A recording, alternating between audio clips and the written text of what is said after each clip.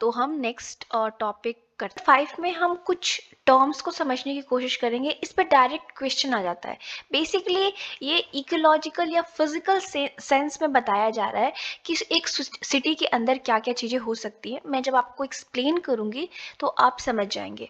Start की कुछ theories दी हुई हैं काफ़ी सारे फेमस थिंकर्स की। इन सारे टॉपिक पे आपको फुल वीडियो भी मिल जाएगा, आप चैनल पे जाके देख लीजिएगा, वो भी काफ़ी छोटे हैं। देखिए, इन्वेजन का मतलब क्या होता है, सिंपली समझिए कि ये कोई सिटी है, यहाँ पे काफ़ी सारे लोग रह रहे हैं। अब सिटी के आसपास बहुत सारा एरिया है जहाँ पे विलेजेस हैं। आपको पता है कि जहाँ पे दूर दूर पे लोग रह रहे हैं। अब ये लोग भी काम की तलाश में, ये जो सिटी है, विलेज से लोग सिटीज़ की तरफ आएंगे।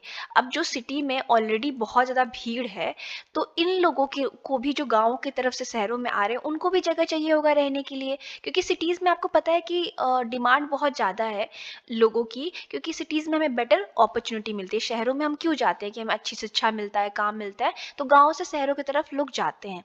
जब गाँव से शहरों की तरफ जाते हैं और शहर वालों की ज़मीन का बहुत सारा हिस्सा चला जाता है, या बेसिकली इन्वेजन का मतलब देखें तो एक निगेटिव वर्ड है। इसका मतलब कि बाहरी कोई आके आपके ज़मीन पे कब्जा कर रहा है।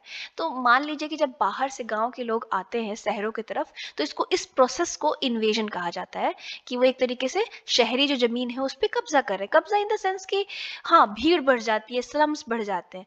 अब सक्सेशन का मतलब क्या है कि मान लीजिए ये सिटी है, आसपास ये बहुत एरिया है जहाँ पे विलेजर्स रह रहे हैं, और ये सिटी है। अब सिटी में बहुत ज़्यादा पॉपुलेशन बढ़ गई है और बहुत पोल्यूशन, गंदगी वगैरह हो गई। अब सिटी में जो अमीर लोग हैं वो क्या करेंगे, वो बाहर की तरफ जाएंगे। इसमें क्या था कि गांव वाले शहर की तरफ आ रहे थे इन्वेजन में। हिंदी मीडियम वाले थोड़ा किताब से अपने देख लीजिएगा। और सक्सेशन में क्या है कि गाँव, शहर वाले गाँव की तरफ अच्छे वातावरण के लिए, अच्छी ज़मीन के लिए जाते हैं, तो वो गाँव वालों की ज़मीन पे एक तरीके से कब्जा कर रहे हैं। तो ये दो प्रोसेस शहरों में हमें देखने को मिलता है।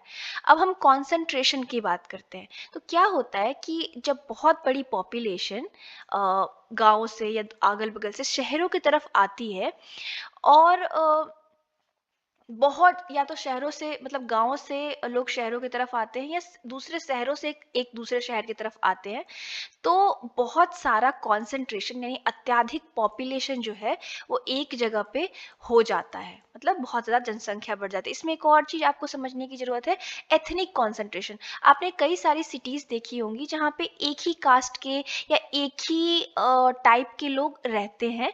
जैसे कि मान लीजिए कि एग्जाम्पल यहाँ पे दिया हुआ है, अगर आप लाजपत नगर में देखें, या पंजाबी जो लोग हैं, या जो पाकिस्तान से लोग बेसिकली इधर भारत की तरफ आए थे, मुस्लिम पॉपुलेशन, वो आपको ओल्ड दिल्ली में रहती हुई दिख जाएगी, और ज़्यादातर यही लोग वहाँ पे दिखेंगे। पंजाबी पॉपुलेशन जो है वो लाजपत नगर में रहती हुई दिख जाएगी। तो ये एक ही टाइप के लोग, एक ही कास्ट के या एक ही रीजन से आके कहीं पे रह जाते हैं। ठीक है। सेग्रीगेशन, सेग्रीगेशन का मतलब सिंपली ये है कि एक कोई सिटी है, उसमें कई प्रकार के बंटवारे, बंटवारे इन द सेंस कि अमीर लोग एक एरिया में रह रहे हैं, गरीब जो है पुअर, रिच यहाँ पे रह रहा है, रिच यहाँ रह रहा है, पुअर अलग एरिया में रह रहा है, कोई अलग कास्ट का अलग, मतलब अमीरी गरीबी आप किस कास्ट के हैं, किस इनकम स्टेटस से आते हैं, या आप किसी पर्टिकुलर रेस से हैं, उसके हिसाब से जो समाज में बंटवारा होता है उसको हम सेग्रीगेशन कहते हैं। लेकिन यहाँ पे शहर में बंटवारा हो रहा है अमीरों गरीबों और भी चीज़ों के बीच में। ठीक है। तो मेजर टर्म्स आपकी इसी चैप्टर में। अब ये चैप्टर बहुत इंपॉर्टेंट है, कोई ना कोई मॉडल वो लोग पूछ लेते हैं। अब मैं ये तो नहीं बता सकती कि एकदम कंफर्म कोई ना, बट कंसेंट्रिक जोन मॉडल एक ऐसा मॉडल है जिसके बारे में ये लोग पूछ लेते हैं। बेसिकली आप पूछेंगे कि ये मॉडल्स बनाए क्यों गए थे, तो डिफरेंट डिफरेंट थिंकर्स पढ़ रहे थे कि सिटी डेवलप कैसे होती है, तो उनमें से भी मतलब हर किसी ने अलग अलग थ्योरी दी कि सिटीज बनती कैसे हैं। ठीक है। तो अर्नेस्ट बर्जीज ने सबसे पहले दी थी एक थ्योरी, जिसमें इन्होंने कंसेंट्रिक जोन की बात की थी। कंसेंट्रिक जोन, तो ये आप देखिए कि सबसे पहले जो सिटी का डेवलपमेंट होता है, ये कहते हैं ना कि सिटी गोल गोल गोल गोल डेवलप हो रही है, मतलब सर्कल बनता जा रहा है आसपास, ऐसे इंप्रूवमेंट हो रहा है। जैसे कि बीच में कमर्शियल सेंटर है जहाँ पे ज़्यादातर कमर्शियल चीज़ें हो रही हैं, बड़े बड़े मॉल्स वगैरह है। उसके बाद बीच को ये सेकेंड वाले लेयर को बोलते हैं जोन ऑफ, इस वाले लेयर को जोन ऑफ ट्रांजिशन, यहाँ पे मैन्युफैक्चरिंग हो रही है और होलसेल हो रहा है। अब यहीं से डायरेक्टली ये सेंटर में आ जा रहा है, तो जहाँ पे मॉल्स वगैरह बनी हुई हैं। उसके बाद इसी के जस्ट पास लो क्लास रहता है। आपने नोटिस किया होगा कि ज़्यादातर ये सब होलसेल, कमर्शियल बिजनेस, मैन्युफैक्चरिंग वगैरह का काम जो है वो लो क्लास के लोग ही करते हैं।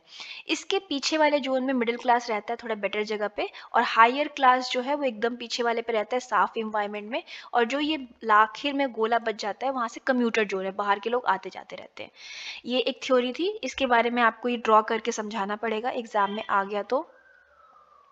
सेक्टरल मॉडल भी आता है, इन सब पे मैंने डिटेल वीडियो बना रखा है, उसको देख लीजिएगा। मैं आपको इसके अलावा एक एक्सप्लॉइटेट, बाकी आपको कोई भी मॉडल देखना हो तो मैंने डिटेल वीडियो बना रखा है, वहाँ से आप देख सकते हैं। ये एक्सप्लॉइटेटिव मॉडल को आप अच्छे से देख लीजिएगा, इस पर काफ़ी क्वेश्चन आते हैं, और बाकी भी मैंने मॉडल अपने वीडियो में कवर कर रखे हैं। अब हम नेक्स्ट वीडियो पे चलते हैं। तो इसमें सोशल एरिया एनालिसिस 7 चैप्टर है। सोशल एरिया एनालिसिस एक थ्योरी थी। देखिए, हमने ये सब मॉडल्स जो बनाए, concentric zone model, exploitative model, multiple nuclei model, कि सिटीज़ कैसे डेवलप हो रही हैं, सिटी कैसे बढ़ रही हैं, शहर कैसे बन रहे हैं, लेकिन ये हर जगह हम अप्लाई नहीं कर सकते थे और वहाँ की पॉपुलेशन को समझ नहीं सकते थे। तो उसके लिए सोशल एरिया एनालिसिस हुआ। ये काफ़ी टेक्निकल टाइप का था, बाकी अगर आ गया तो आप लिख सकते हैं। बेसिकली इसको डेवलप करने वाले थे एसरफ सेवकी एंड मर्लिन विलियम्स। तो बेसिकली इन लोगों ने क्या कहा कि हम सोसाइटी को, या कोई भी एक सिटी है XYZ मान लीजिए, उसको उसका सोशल एरिया एनालिसिस करेंगे। मतलब हम उसके पॉपुलेशन को या और भी जो कैरेक्टरिस्टिक है उनको देख के, कि कौन सी फैमिली कहाँ रहती है, किस टाइप की अमीर लोग, मतलब मान लीजिए कि सिटी में आप अगर देखेंगे ना, तो एक सोशल एरिया डिवीजन होता है इन सिंपल टर्म्स, कि अमीर लोग एक सर्टेन एरिया में रहते होंगे, कहते नहीं हम कि ये पॉश एरिया है, यानी यहाँ पे अमीर लोग रहते हैं। ये स्लम का एरिया, यहाँ पे गरीब लोग रहते हैं। तो इन्हीं सब चीज़ों को, कैरेक्टरिस्टिक्स को, एक जो सिटी की होती है उसको समझने के लिए, उनको एनालाइज करने के लिए ये सोशल एरिया एनालिसिस निकला था। ठीक है, और बाकी कुछ इसमें खास है नहीं। यूनिट 14 आप छोड़ सकते हैं। बेसिकली उस चैप्टर में डिस्कस किया गया है कि अर्बन सोशियोलॉजी इंडिया में कैसे डेवलप हुआ। अगर गो थ्रू करना हो तो आप कर सकते हैं, कभी कभार क्वेश्चन आ जाता है, बट मोस्टली ये chapter unit 13 development of urban sociology, ये ज़्यादा इंपॉर्टेंट है। तो बेसिकली इस चैप्टर में क्या बात किया गया है, वैसे मैं आपको एक बार कंफर्म कर दूं कि सारे टॉपिक्स पे प्रॉपर वीडियोस भी आपको मिल जाएंगी। यहाँ पे मैं आपको थोड़ा बेसिकली गाइडलाइन दे रही हूँ कि कुछ नहीं बचे तो आप ये देख के चले जाइएगा। तो इसमें बात की गई है कि सोशियोलॉजी जो है, या अर्बन सोशियोलॉजी बेसिकली, यानी जो नगरीय समाज शास्त्र है, वो कैसे डेवलप हुआ। तो 1920s की अगर हम बात करें तो उस टाइम पे अर्बन सोशियोलॉजी डेवलप होता है। सबसे पहला जो स्कूल होता है वो शिकागो स्कूल होता है जो डेवलप होता है, और इसमें काफ़ी सारे लोग काम करते हैं और जो कि बहुत फेमस है, जैसे कि Robert E Park, Louis Wirth, Ernest W Burgess, जिनका हमने मॉडल अभी पढ़ा था, एंड आर डी मैकनीस। ये लोग ज़्यादातर शिकागो यूनिवर्सिटी में होते हैं और शिकागो की ही स्टडी करते हैं।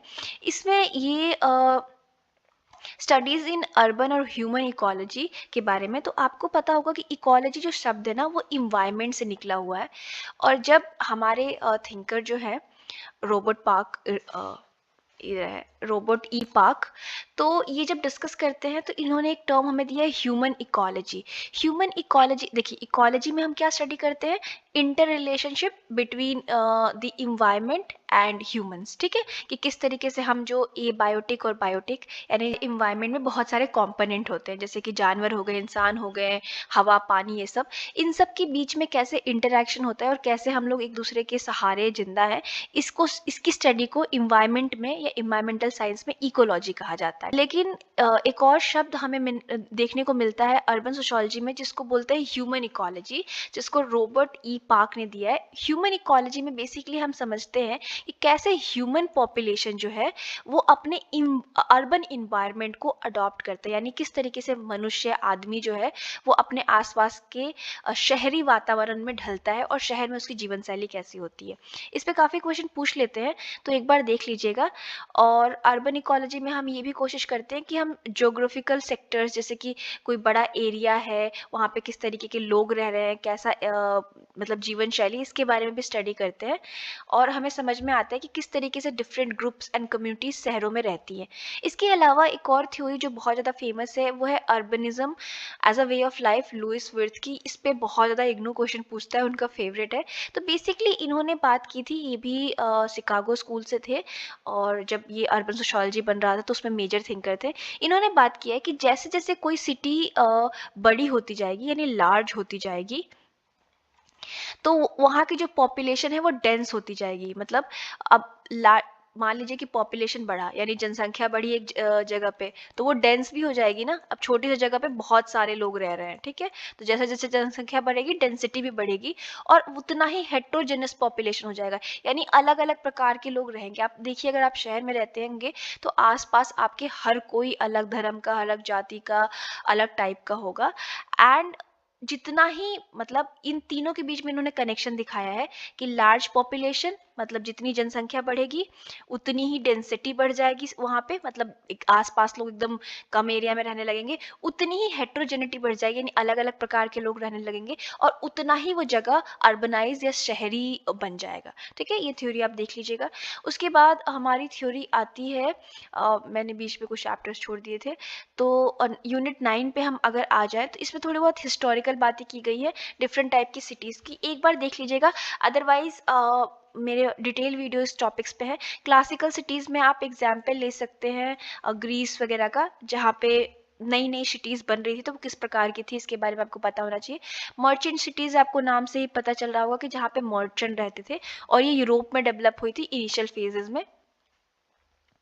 उसके अलावा इंडस्ट्रियल सिटीज़ जो थी, जहाँ पे इंडस्ट्रीज डेवलप हुई, इंग्लैंड की बहुत सारी सिटीज़ इसमें एग्जाम्पल में आएंगी।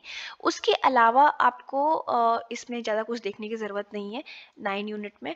अब 11 यूनिट में देखिए, यहाँ पे कमर्शियल सिटीज़ की बात की गई है, या कमर्शियल सेंटर्स की, जहाँ पे कॉमर्स आ जाए। उसका मतलब समझ लीजिए जहाँ से व्यापार हो। आप खुद ही इतने सारे एग्जाम्पल्स जानते होंगे, ऐसे आंसर्स को आप आराम से बना के लिख सकते हैं कि कोलकाता हो गया, मुंबई हो गया, इस तरीके की कमर्शियल सिटीज़ जहाँ से व्यापार होती हैं। उसके बाद अगर आपसे एडमिनिस्ट्रेटिव टाउन या सिटी पूछते हैं, तो देखिए ऐसे टाउन जहाँ से एडमिनिस्ट्रेशन का काम होता हो, यानी ज़्यादातर कैपिटल सिटीज़, जहाँ पे पहले के टाइम में अगर हम एग्जाम्पल लें तो जहाँ पे राजा और राजवाड़े रहते थे। एग्जाम्पल अगर आप हिस्ट्री के हैं तो आपको पता होगा, पाटलिपुत्र हो गया, मदुरई हो गया, गोलकुंडा हो गया, विजयनगर हो गया, आपको पता होगा। ठीक है, और मॉडर्न टाइम में आप दिल्ली का एग्जाम्पल या किसी भी कैपिटल सिटी का एग्जाम्पल दे सकते हैं, क्योंकि ज़्यादातर कैपिटल सिटी से ही कोई भी प्रशासनिक कार्य होता है। ठीक है, उसके बाद आप किसी भी सिटी में अगर रीजन की बात आ गई, तो आपको बहुत सारे एग्जाम्पल हैं, आप आराम से दे सकते हो। यहाँ पे लोग अपनी शांति के लिए, रिक्रिएशन के लिए और अलग अलग कारणों की वजह से जाते हैं। एक टाइप ऑफ सिटीज़ वाला भी चैप्टर था, मैंने कहीं मिस कर दिया है। अगर मैं यहाँ पे मिस कर देती हूँ तो या तो मैं बाद में ऐड कर दूंगी, और नहीं तो मैं ये कर सकती हूँ कि लास्ट में बना दूंगी। अदरवाइज आप टाइप ऑफ सिटीज़ का एक चैप्टर है, आप उसको देख लीजिएगा। अब फॉर्मल सेक्टर क्या होता है, तो देखिए फॉर्मल सेक्टर और इनफॉर्मल सेक्टर पे क्वेश्चन आता है, तो ज़्यादातर फॉर्मल सेक्टर पे आता है। ज़्यादातर इनफॉर्मल सेक्टर पे आता है, फॉर्मल पे उतना क्वेश्चन नहीं आता। बट इनफॉर्मल लिखने के लिए आपको पता होना चाहिए कि फॉर्मल जॉब्स क्या होती हैं। तो देखिए, जो फॉर्मल जॉब्स होती हैं वो कोई भी, आप सरकारी नौकरी करते हैं या किसी भी एमएनसी वगैरह में प्रॉपर जॉब करते हैं, जहाँ पे आपको प्रॉपर सैलरी मिलती है, आपको पेड लीव्स मिलते हैं, उसके बाद आपको बहुत सारी बेनिफिट्स मिलती हैं, जैसे कि रिटायरमेंट का या इस तरीके की चीज़ें। वहीं पे अगर हम बात करें इनफॉर्मल सेक्टर की, तो आप सिंपल भाषा में समझिए, वो काम जिसका कोई गारंटी नहीं होती है, पार्ट टाइम वर्क हो गया, या रेडी वगैरह लगाते हैं, उस टाइप की जो काम होते हैं वो इस कैटेगरी में आते हैं। और देखिए, इस पे सबसे पहले काम जो किया था वो जे कीथ हार्ट ने किया था। ये अफ्रीकन सोसाइटीज़ को स्टडी करने गए थे, तब उन्होंने समझा कि एक इनफॉर्मल टाइप का काम होता है जिसकी कोई गारंटी नहीं होती है, कोई पे नहीं होता है, और कोई सिस्टम नहीं होता है, कोई उनको लीव नहीं मिलता है, या तो सामान बेच रहे हैं, कुछ इस तरह के काम कर रहे हैं जो परमानेंट नहीं होता, आपको भी पता है। अब पॉवर्टी पे क्वेश्चन आ जाते हैं, और जब भी आप बात करिएगा अर्बन सोशियोलॉजी में तो शहर को दिमाग में रख के बात करिएगा। तो देखिए बहुत ही आपको पता होगा कि मल्टी डायमेंशनल फिनोमेना है और इसकी वजह से सारी चीज़ों पे इफ़ेक्ट पड़ता है। अगर इंसान गरीब है तो उसका इकोनॉमिक स्थिति तो खराब ही है, सामाजिक भी हो जाता है क्योंकि समाज में भी उसका बहुत अच्छा नहीं रहता है, साइकोलॉजिकल भी क्योंकि दिमाग पे इंसान वो सोचता रहता है, कल्चरल और पॉलिटिकल फैक्टर भी। इंसान जब गरीब है तो वो और कुछ सोच ही नहीं सकता। इस चैप्टर में आप आराम से अच्छे से इसको आंसर को लिख सकते हैं, डिटेल वीडियो मैंने बना रखा है और स्लम्स के बारे में भी आएगा। अब इसमें एक हमारे कि स्लम क्यों बनता है, क्योंकि इंसान गरीब है, उसके पास रहने की कोई जगह नहीं है तो वो स्लम में रहेगा। स्लम ऐसी जगह होती है जहाँ पे बहुत ही कम स्पेस होता है, ना प्रॉपर साफ सफाई होती है, ना प्रॉपर घर होता है और ऐसे लोग रहते हैं जिनके पास उस तरीके की स्थिति, पैसा या कुछ सपोर्ट नहीं है, चाहे जो माइग्रेंट वर्कर्स होते हैं जो गाँव से शहरों की तरफ आए होते हैं, तो इस टाइप के लोग रहते हैं। इसको भी आप इजीली लिख सकते हैं और बाकी 10 या 15 मिनट का वीडियो है, आप उसको 2x पे लगा के देख लीजिए तो वो भी इससे काम हो जाएगा। बाकी ये चैप्टर हमारा local government and local self government पे है। तो आप एक टर्म को समझ लीजिए कि जो लोकल गवर्नमेंट है ना और लोकल सेल्फ गवर्नमेंट, ये हम इंटरचेंजेबली यूज करते हैं। बेसिकली किसी भी एरिया का आप पंचायती राज सिस्टम को इमेजिन करिए अपने दिमाग में और अगर आपके पास MPA 16 है तो वहीं से आइडिया लेके आप आंसर लिख सकते हैं। अगर नहीं है तो ये समझ लीजिए कि पंचायती राज सिस्टम जो हमारे भारत में है और म्यूनसिपालिटी सिस्टम जो हमारे भारत में है, जो लोकल लेवल पे काम करता है, उस तरीके की गवर्नमेंट की बात की जा रही है। अब इस तरीके की गवर्नमेंट की रिक्वायरमेंट क्यों है, क्योंकि मान लीजिए स्टेट गवर्नमेंट या सेंट्रल गवर्नमेंट हमें वो सारी चीज़ें फैसिलिटीज़ नहीं दे सकती है जो एक लोकल गवर्नमेंट दे सकती है। मान लीजिए कि आपके एरिया में कोई म्यूनसिपालिटी है या कोई आपके एरिया से खड़ा हुआ है पंचायत में, तो उसके पास बेटर अंडरस्टैंडिंग है कि आपके एरिया में क्या रिक्वायरमेंट है। हो सकता है कि आपके एरिया में पानी की प्रॉब्लम हो, नालों की प्रॉब्लम हो, सीवेज की प्रॉब्लम हो, तो इसलिए लोकल गवर्नमेंट की ज़रूरत होती है कि हमारी आवाज़ सुनी जा सके, बिकॉज हम बार बार स्टेट गवर्नमेंट या सेंट्रल गवर्नमेंट के पास नहीं जा सकते। ठीक है, उसके बाद अर्बन जो डेवलपमेंट है मैं या अर्बन प्लानिंग है, इस पे भी डिटेल वीडियो है, बट मैं थोड़ा सा आपको बता देती हूँ। प्लानिंग किस लिए होती है आप खुद सोचिए। प्लानिंग इसलिए होती है कि हम जो भी चीज़ें कर रहे हैं वो एक योजनाबद्ध तरीके से हो सके या प्लान्ड वे में हो सके और उसमें गड़बड़ ना हो। मान लीजिए कि आप नोटिस करिएगा कोई सिटी हमने डेवलप की और उस सिटी में ना हमने प्रॉपर सीवेज का सिस्टम बनाया, ना हमने प्रॉपर उसमें मेडिकल सिस्टम बनाया, कुछ नहीं हमने बनाया।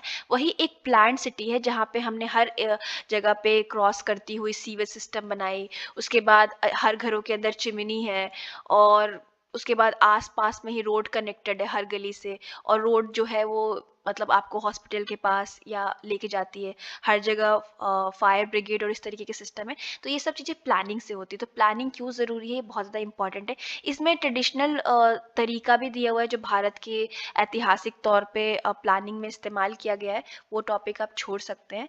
बाकी आप समझ लीजिएगा कि प्लानिंग आवश्यक क्यों है और प्लानिंग को कैसे किया जा सकता है। बाकी ये लास्ट चैप्टर में ज़्यादातर mass media and Indian government पूछा जाता है या मतलब basically urban governance and media का रोल। तो आप सिंपली दिमाग में इमेजिन करिएगा कि मीडिया या जो हम टीवी चैनल्स और न्यूज़ वगैरह देख रहे हैं ये किस तरीके से हमें हेल्प कर रही हैं।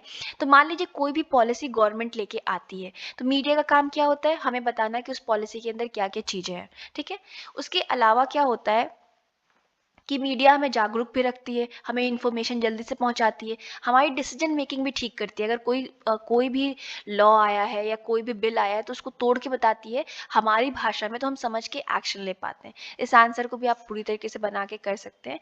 बाकी यहाँ पे और कुछ खास था नहीं। All the best for the exam और वीडियो को शेयर करिएगा। Thank you so much, have a nice day.